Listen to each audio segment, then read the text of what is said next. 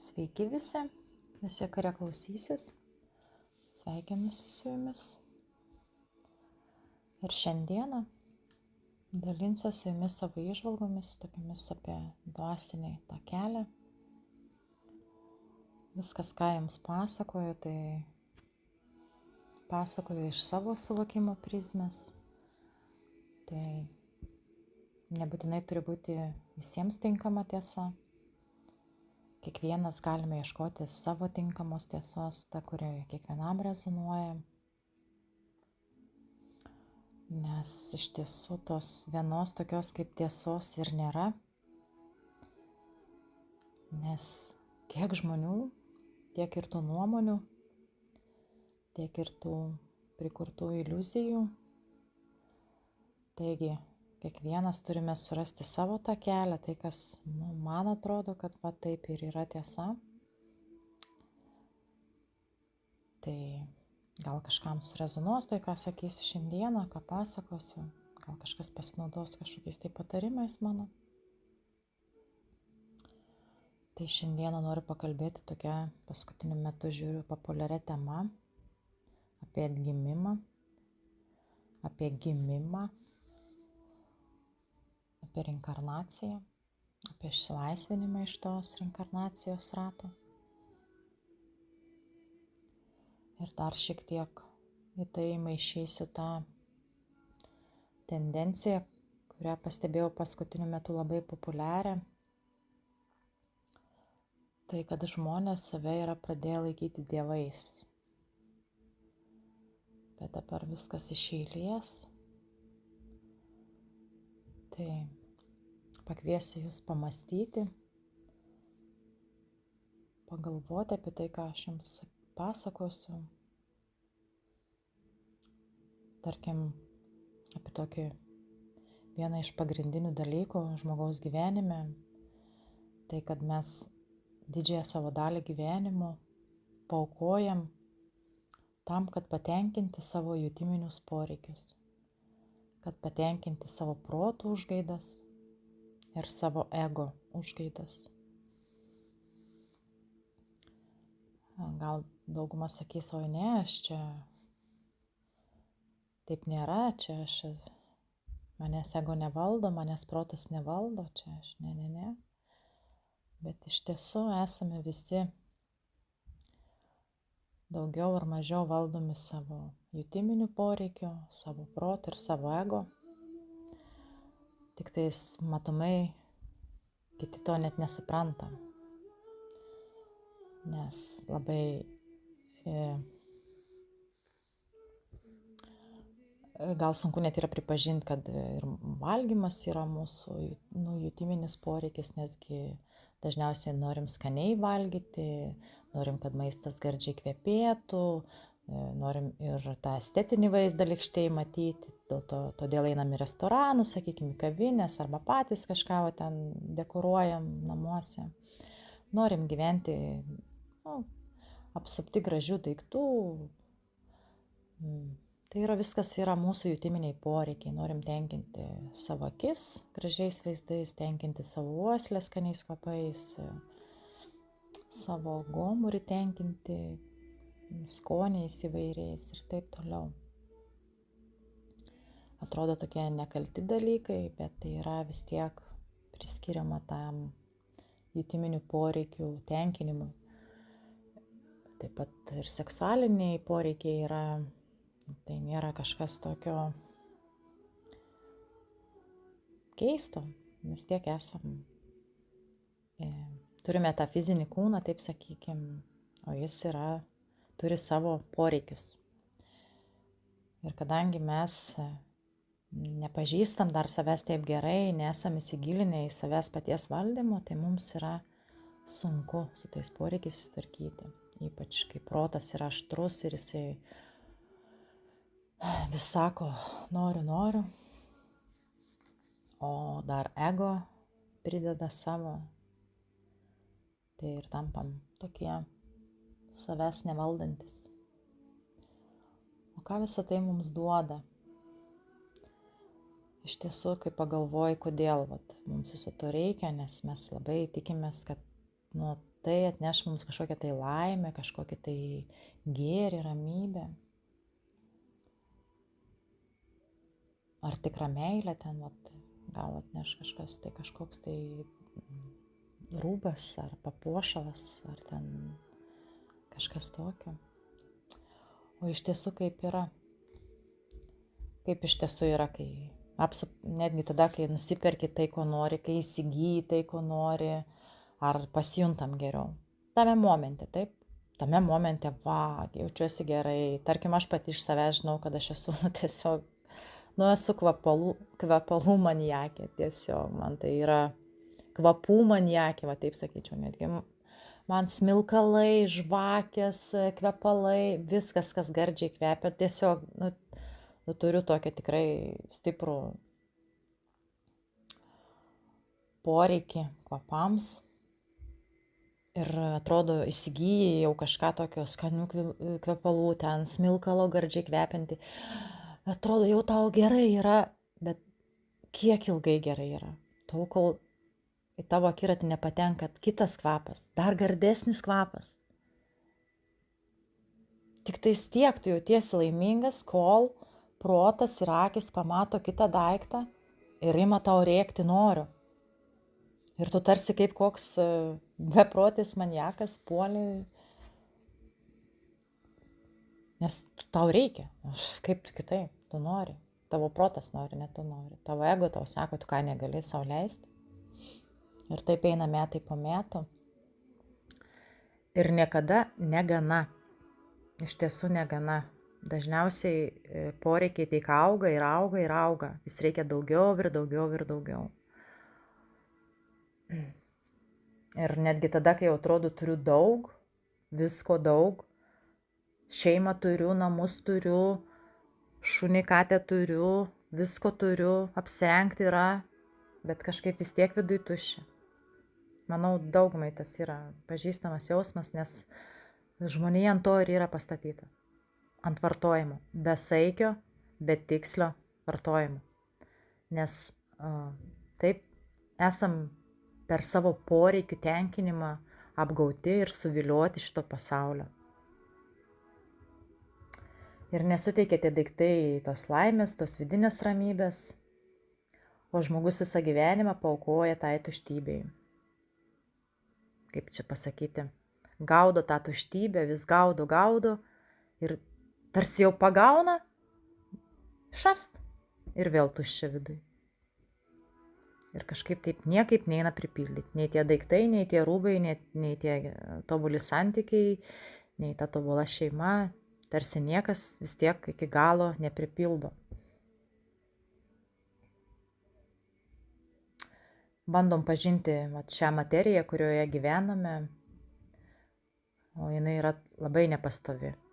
Taip kaip ir mūsų protas yra labai nepastovus, jisai neturi pasitenkinimo jausmo. Mūsų ego neturi saiko to tokio pasitenkinimo. Taip ir šita materija, šis pasaulis toks yra, kadangi mūsų fizinis kūnas yra būtent iš šio pasaulio. Tai yra šio pasaulio, kaip ten 5. elementas ar kelintas ten. Tai jisai niekada nejaučia saiko. Šitas kūnas niekada nejaučia saiko. Tu pavalgiai, tarsi ir jautiesi sotus, bet tu žiūrėk, kažką padirbai, pajudėjai, apsisuki ir jausmas toks, tarsi tu vėl nori valgyti. Bet lyg ir ką tik valgiai.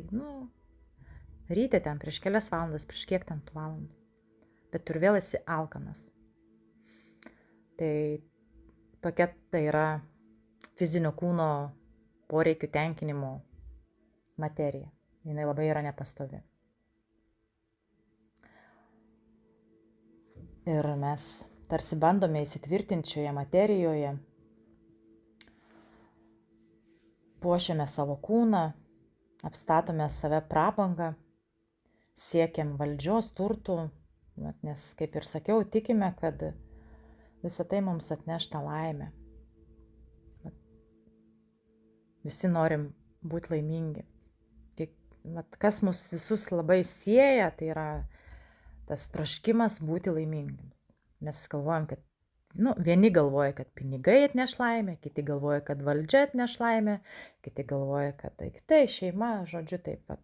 Kiekvienas turi savo tą, kuris galvoja, kad atneš laimę. Ir mes tom tikim tol, kol to negaunam. Tai gavę mes vis tiek suprantam, kad, net nešina tos laimės. Bent jau netokios laimės, gal apie kurią aš galvojau, kad tai bus laimė. Taigi siekime pažinti pasaulį, bet realiai nieko nežinom apie save. Mūsų tas protas mums sako, jisai nenorim susitelkties tą mažą elementą. Jis nori susitelkti ties to didžiuoju elementu, ties pasauliu. O tu pažink pasaulį. Bet reikia pradėti, sako, kad visas gyvenimas susideda iš smulkmenų. Tai šitam pasaulyje smulkmena, sakykime, esi tu pats. Taip, nes palyginus prieš visą pasaulį ir ten visatą, tu esi smulkmena. Tai pradėti reikėtų būtent pažinti tą smulkmeną, tai yra pažinti patį save. Tarkim, ar dažnai užduodate savo klausimą, kas aš esu?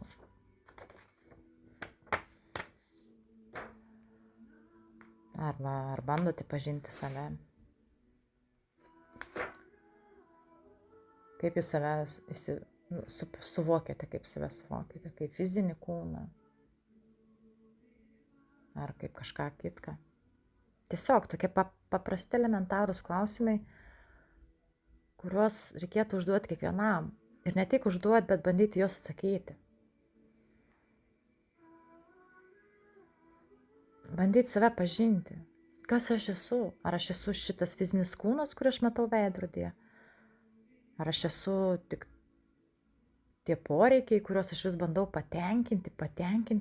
Bet kodėl tada man tai net neša tos ilgalaikės laimės, tos meilės tikros? Kodėl tada aš nesijaučiu gerai, o tarsi viską turiu. Bet kažkaip tai vis tiek nesijaučiu gerai.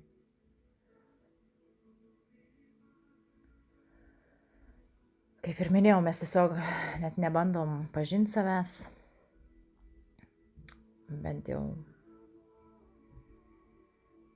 giliau pažinti save, ne tik paviršutiniškai ten žinoti, kas man skanu, kas neskanu, kokia man spalva patinka ir kokia nepatinka. Bet pažinti save giliau, kaip, net nežinau kaip įvardinti, kaip asmenybę, gal kaip būtybę. Tai ką jau kalbėti apie kūrėjo pažinimą. Jei mes net savęs nepažįstame, tai ką jau kalbėti apie paties kūrėjo pažinimą.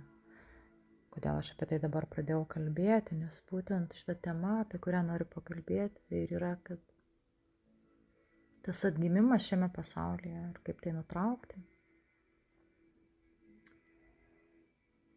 Tai nuo ko pradėti, tai pradžiai būtų tas savęs suvokimas, savęs pažinimas. Tada jau galima bandyti pažinti tą pasaulį, kuriame gyveni.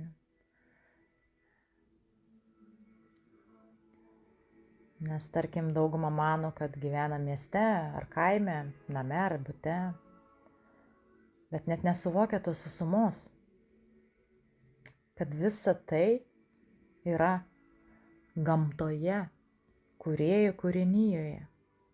Kur tas namas stovi, kur tas miestas yra, ne kažkur kosmose, orbitoje ar ten dar kažkur.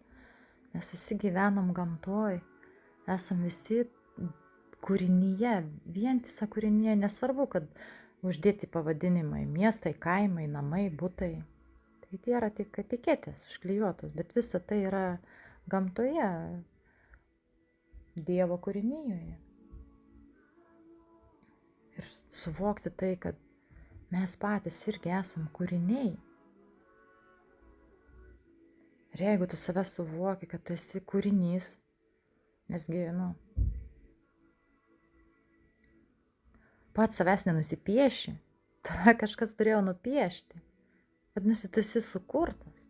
Jeigu tu esi sukurtas, tai yra ir tavo kūrėjas. Daugumai sunku tai suvokti.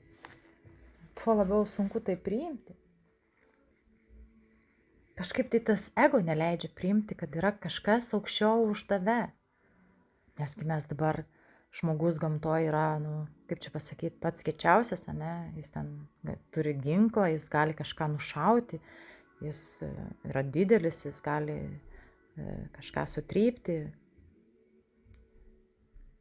yra be moralis, gali ir saviškį, kaip sakyti, sunaikinti.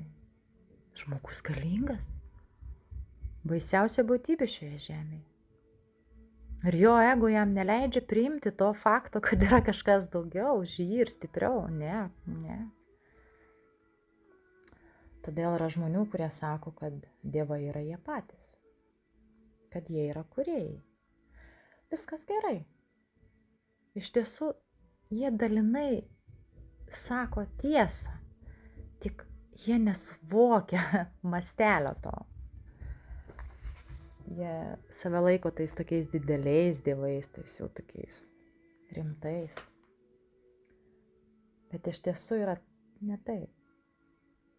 Viešpats Dievas, kai mūsų kūrė, jis mums davė tą dievišką dalelę. Galėjimą kurti. Taip, mes turim kaip kūrėjai, mes galim save vadinti kūrėjais. Tikrai mes, viskas gerai, mes esam kūrėjai. Ir mums Dievas kiekvienam davė po mažą pasaulį. Kiekvienam mums davė po mažą pasaulį, kuriame mes galim būti maži dievai. Kurti savo gyvenimą, kurti šeimą, kurti verslą. Tai yra pasaulis, kurį mes savo kuriame. Kaip dievai, kokie, taip, gali ir taip sakyti. Aš kuriu savo pasaulį, aš esu savo pasaulyje savo dievas. Aš galiu nuspręsti, kurie žmonės bus mano pasaulyje, kurių nebus. Mes galime sukurti paveikslą, pastatyti namus. Taip, savo pasaulyje, kuriame mes kuriame, tame mažame pasaulyje, mes galim save laikyti dievais. Bet tik tiek. Maži dievukai savo pasaulėlyje. Tai kaip sakiau, viskas gerai, mes kūrėjai, mes dievai, dievukai, gal geriau taip sakyčiau, savo mažose pasauliuose. Čia tokį duosiu palyginimą, tarkim, įsivaizduokim vandenyną, taip, sūrų vandenyną, didžiulį vandenyną, įsivaizduojam. Ir tai... Ir netgi kiekvienas lašas paimtas iš to vandenyno, jis taip pat bus sūrus. Bet koks lašiukas mažiausias, jis turės tas pačias, sakykime, savybės kaip ir visas vandenynas. Tačiau, netgi turėdamas tokias pačias savybės, tas mažas lašiukas, jis negali prilygti savo dydžių vandenyno galybei ir jo didybei. Tiesiog. Jis yra per menkas, kad galėtų vadintis vandenynu. Jis tiesiog lašiukas, paimtas iš vandenyno. Taip ir mes. Nors kūrėjas mums davė dievišką kūrybos dalelę, tai mūsų nepadaro lygiai su kūrėjo didybė ir jo galybė. Mes nesam jam lygus. Iš tiesų tai netgi sakyčiau tokios tamsios mintis, toks ego žaidimas. Nes save taip pakelti, išaukštinti ir sulyginti su pačiu Dievu gali tik mūsų ego. Taip, toksai proto žaidimas iš tikrųjų, kuris ganėtinai yra pavojingas, netgi sakyčiau. Suvokti save kaip kūrėjų, kaip kažkokiu tai savo pasaulio kūrėjo, viskas gerai. Bet kai žmonės pradeda sakyti, kad čia nėra jokio dievo, kad nėra jokių kūrėjų, čia aš pats esu dievas, aš pats kūrėjas esu čia, aš viską sukūriau. Negaliu man. Tikrai paima juokas.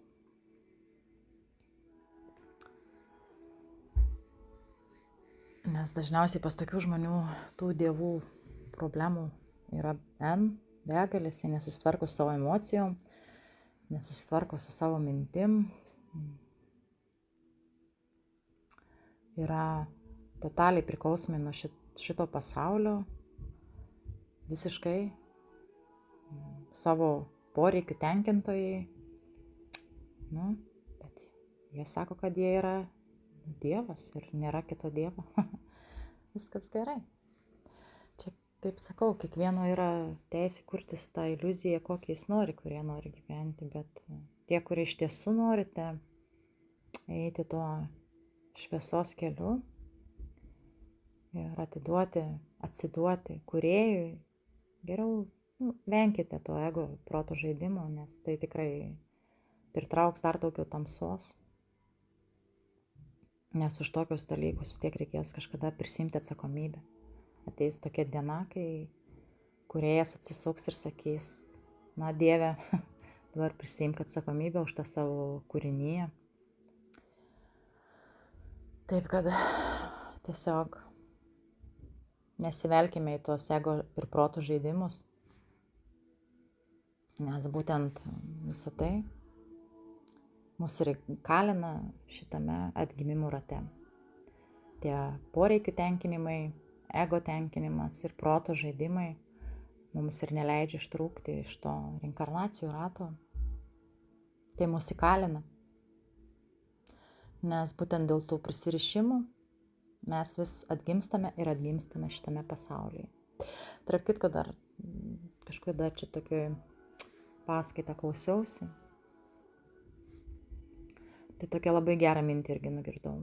Kad sako, žmogus siekia grožio, valdžios, turtų, tos galybės jisai siekia. Tai yra visos tos tokios dieviškos savybės, kurių nori ir žmogus turėti. Tai yra, jo ego nori turėti. Ego nori būti Dievas. Ego save laiko Dievu. Iš tiesų protas ir ego laiko save Dievu. Taip, nes tai yra šios materijos galybė. Iš tiesų, ego,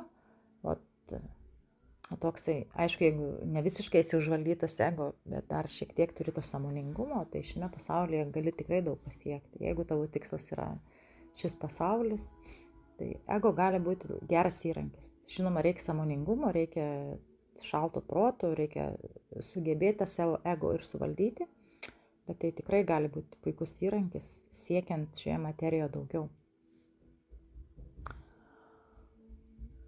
Tai kalbant apie tą atgimimą, reinkarnacijų tą ratą, kuris vis nenutrūksta, tai kad yra būtent poreikių tenkinimas, savo proto ir ego klausimas ir tarnystė savo kūnų. Visą tai mus tarsi uždaro, pririša ir nebeleidžia iš šito pasaulio ištrūkti. Nes mes netgi tiek esam tvirtai įsitikinę, kad tai, ką matome, yra tikra, tai, kuom gyvename, yra tikra. Taip tvirtai jau tom tikime, kad net negalime įsivaizduoti kitokio gyvenimo. Tiesiog net nebegalime įsivaizduoti kažkaip kitaip, kad galima gyventi. Tiesiog esame labai prisirišę prie to materialaus gyvenimo ir labai sunku yra iš to ištrūkti, labai sunku yra to atsisakyti, to materialumo. Nes iš tiesų, kai pagalvoja, kiekvienas norim ir gražus būti ir turėti kažką. Ir tai yra normalu, iš tikrųjų tai nėra nieko blogo. Viskas, ką sakau, tai nėra kažkas tokio blogo ten. Tiesiog tai pasakoju, kad šiek tiek suvoktumėm daugiau. Tarkim, kad ir tas pats gerų darbų darimas, ne? Kad galvoju, darysiu gerus darbus šiame gyvenime, aukosiu, čia būsiu geras, čia paslaugus, čia ir jau gal dabar tada jau ir išsivaduosiu iš to atgimimo rato ir sugrįšiu pas kūrėją. Iš tiesų visą tai labai gerai yra, labai gerai. Ir tai darydami tikrai turime daugiau galimybių kitame gyvenime, nes visi tie geri darbai, aukojimai mums paruoš geresnę dirvą kitam gimimui. Ir jei eisi tuo keliu, tai tikrai kažkuris gimimas bus paskutinis. Tačiau yra vienas dalykas, kurį jau šiandien pradedant daryti, galima visą tai paspartinti daug greičiau. Tai nėra labai sudėtingas, gal aš ir taip per drąsiai pasakiau, daugumai tai gali būti labai sudėtingas kelias, gal kažkam ne. Bet prieš tai dar noriu aš jums paskaityti tokią trumpą istoriją, būtent apie prisirišimą prie žemiškų reikalų. Kadaise gyveno žmogus vardu Kailašas, kuris buvo nepaprastai prisirišęs prie savo namų. Vieną gražią dieną jį aplankė didysis išminčius Naradanas ir tarė: Kailašai, eime su manim. Aš keliauju į Dievo karalystę. Pasimsiu tave kartu. O Kailašas atsakė: Atleiskite, pone, mano vaikai dar maži. Privalau jais pasirūpinti. Gal vėliau. Po kelių metų Naradas grįžo pas Kailašą ir vėl paklausė: Ar tu jau pasirengęs? Kailašas atsakė: Deja, pone, dar turiu pasirūpinti ir anūkais. Be to visiems namie reikia mano patarimų ir pamokymų. Negaliu dabar išvykti. Kai Narada po daugelių metų vėl užsuko į tuos namus, sužinojo, kad Kailašas pasimirė. Susiruošęs keliauti toliau, didysis išminčius pastebėjo tarpduryje garsiai lojantį šunį. Šis suurzgė: O Naradadži, aš esu tas pats Kailašas. Nustebęs Narada tarė: O Kailašai, tu dabar tapai šunimi. Kągi čia darai? Net ir dabar ne per vėlų. Aš galiu pasimti tave į Dievo karalystę. Ar nori eiti su manim? Šuo atsakė: Atleisk, pone, mano sūnus nerūpestingai elgėsi su turtu, kurį sukaupiau. Todėl tapau šunimi, kad apsaugočiau jį nuo vagių. Narada iškeliavo pilnas užuojautos prisirišimo supančiajam Kailašui. Praslinko daug metų. Narada vėl grįžo. Paaiškėjo, kad ir šuo nustipo. Su liūdėsiu galvodamas, kad Kailašas iškeliavo į kokį nors nežinomą kūną, išminčius nusprendė vykti toliau.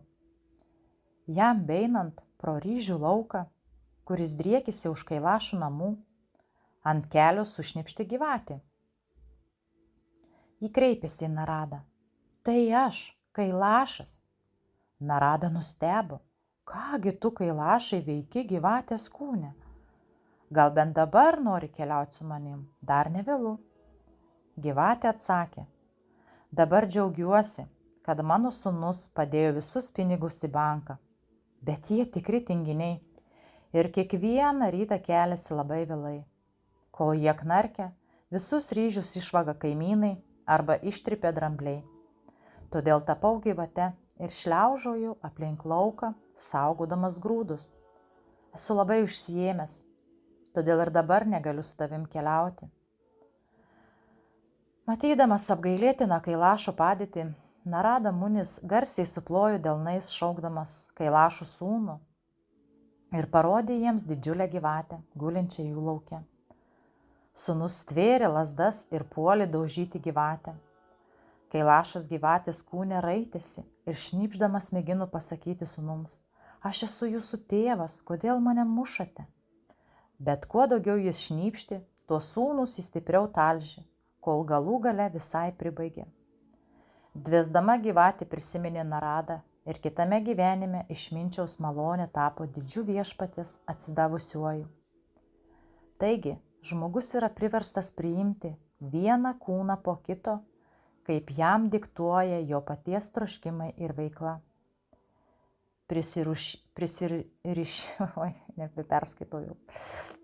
Prisirišęs prie žemiškųjų dalykų, visą jam duotą laiką praleidžia rūpindamasis kūno reikalais, todėl nuolatos keliauja gimimų ir mirčių ratu. Neprisirišimas tai yra abejingumas žemiškiams reikalams. Valios jėga tai gebėjimas valdyti savo mintis, savo elgesį, savo ego. Taigi, ką šitą istoriją mus pamokina? Kaip jūs manote, gal kiekvienas turite savo kažkokią tai nuomonę?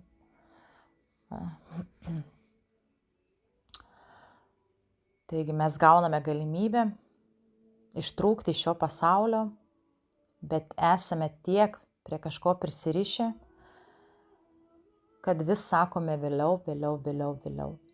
Vėliau sakome būtent tuo prisirišimu, tuo poreikių tenkinimu. Ir visi pirmą vietą pastatome žemiškus reikalus, savo poreikius, savo problemas, dar kažką tam. Viską, ką tik nori, bet ne kūrėją, ne tą dievišką savo pratą, neatsidavimą viešpačiui. Galima ginčytis, žinoma, gal kažkas sakys, kad tokiame pasaulyje gyvename, kad sunku tam rasti laiko. Tačiau jūs teigiate, kad pasaulio reikalai svarbiau nei jūsų pačių dvasiniai poreikiai.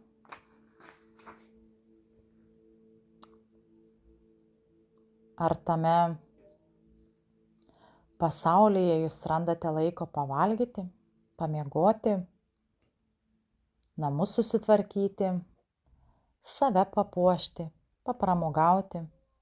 Ar randate tam laiko? Manau, kad randate, taip. Visi turbūt tam laiko randate. Tačiau atsiduoti kūrėjui, sakom, kad laiko nėra. Tai va, jums yra atsakymas, kas mums svarbiau yra. Svarbiau yra jūsų poreikiai, šis pasaulis, malonumai, bet ne santykis su viešpačiu. Tai ko tada tikėtis? Jei neaukojame ne valandos, ne 2 iš savo gyvenimo kūrėjui, tačiau tikimės, kad jis ištrauks mus ir išgelbės iš reinkarnacijų atgimimo rato. Pamąstykim, tarkim, ar jūs patys, būdami savo mažo pasaulio kūrėjais, norėtumėt save apsupti žmonėmis, kurie jūsų nevertina, negerbia, galimai net nemyli? Vargu taip, ar norėtumėt save apsupti tokiais žmonėmis. Tai kodėl viešpats turėtų tai daryti dėl mūsų, tokių, kurie jo negerbiam, nerandam laiko jam atsiduoti,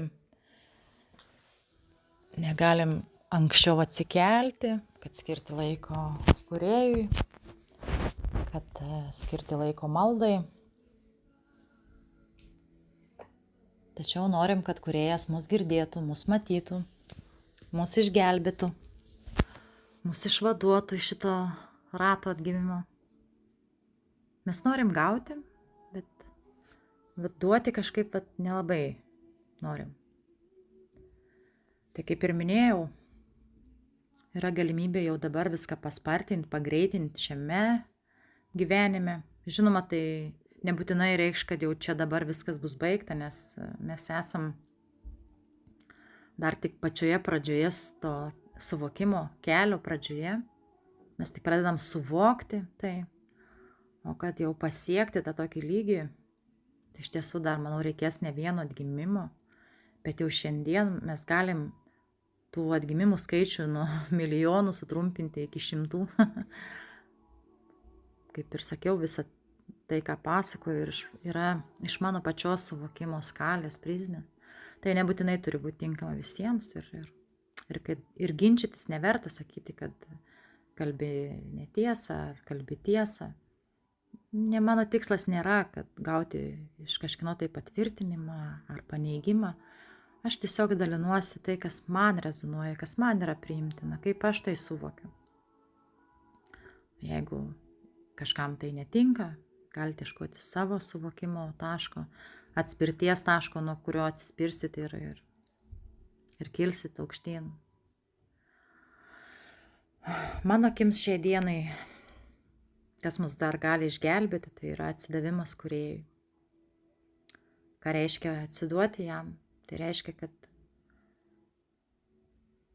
kuo daugiau galvoti apie jį, bendrauti su juo, kalbėtis, melstis jam. Melstis, kaip dauguma sako, tas melstis gal tas žodis iškreipytas, nes žmonės nebe taip suvokia tą maldą.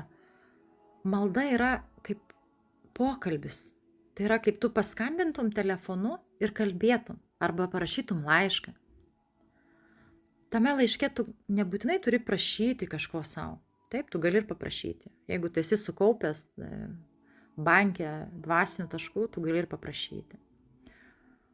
Tačiau pagrindinis dalykas, kurį mes turim daryti, tai yra šlovinti kūrėją ir dėkoti jam. Gyventi nuolatiniam dėkingume kūrėjui už viską, ką mes turim. Priimti jo kūrinyje. Viskas, ką mes matom, ką mes liečiam, viskas priklauso kūrėjui. Mums nepriklauso niekas šitam pasauliui. Niekas. Mes atsinešim šitą pasaulį nieką ir mes nieką iš čia išsinešim, nes mums čia niekas nepriklauso. Viskas priklauso kūrėjui. Todėl reikėtų dėkoti už tą tokią nuostabią galimybę gyventi tokioje kūrinyjoje, tobuloje kūrinyjoje, nes iš tiesų viskas yra tobula. Ne tai, ką sukūrė žmogus, nes pas žmogų yra savybė naikinti. Tai nėra kūrėjo dalelė, nes jeigu taip analizuoti, viskas panaudota yra naikinimui. Tarkim, viskas, kas buvo išrasta ir telefonai, kompiuteriai, pirmiausiai buvo panaudota karo pramonėje. Tik paskui tai pasiekė žmonės. Taigi žmogus labiau yra naikintojas negu kūrėjas, bet sakau, čia kiekvienas turi savo nuomonę to klausimu ir čia nereikia ginčyti, sakyti, kad ne, taip nėra. Aplamai bandyti ginčytis su kitu žmogum ir rodyti jam savo tiesą yra toks pats kvailas pasirinkimas, kaip ir bandyti su galva pramušti skylę, kai yra šalia duris. Neverta, nes tiesiog kiekvienas turim savo tiesą pagal savo suvokimo lygį. Kiek tu šiai dienai gali suvokti, tokia tavo ir tiesa. Kai tu galėsi suvokti daugiau, kai tavo sąmonė prasiplės, kai ateis tą metas, pasikeis ir tavo tiesa. Taip, toks yra tas pasaulis, tas gyvenimas. Todėl nesivelkite tos ginčus, viską priimkite taip, kaip yra. Ir taip, iš tiesų gali būti ir tų skaudžių akimirkų, ir tų tokių nemalonių akimirkų, kai norėsis ir verkti, ir visa kita, nes mes eidami tuo dvasiniu keliu mes nepatampame apsaugoti nuo problemų žemiškų. Tiesiog mes išmokstame tose problemose matyti galimybę augti ir tobulėti. Skausmas tai yra neatsiejama šio pasaulio dalis. Mes nuo to neatsiribosime, pradėdami tarnauti kūrėjui. Tiesiog mes kitaip išmoksim tai priimti. Tai yra darbas. Iš tiesų tai yra darbas.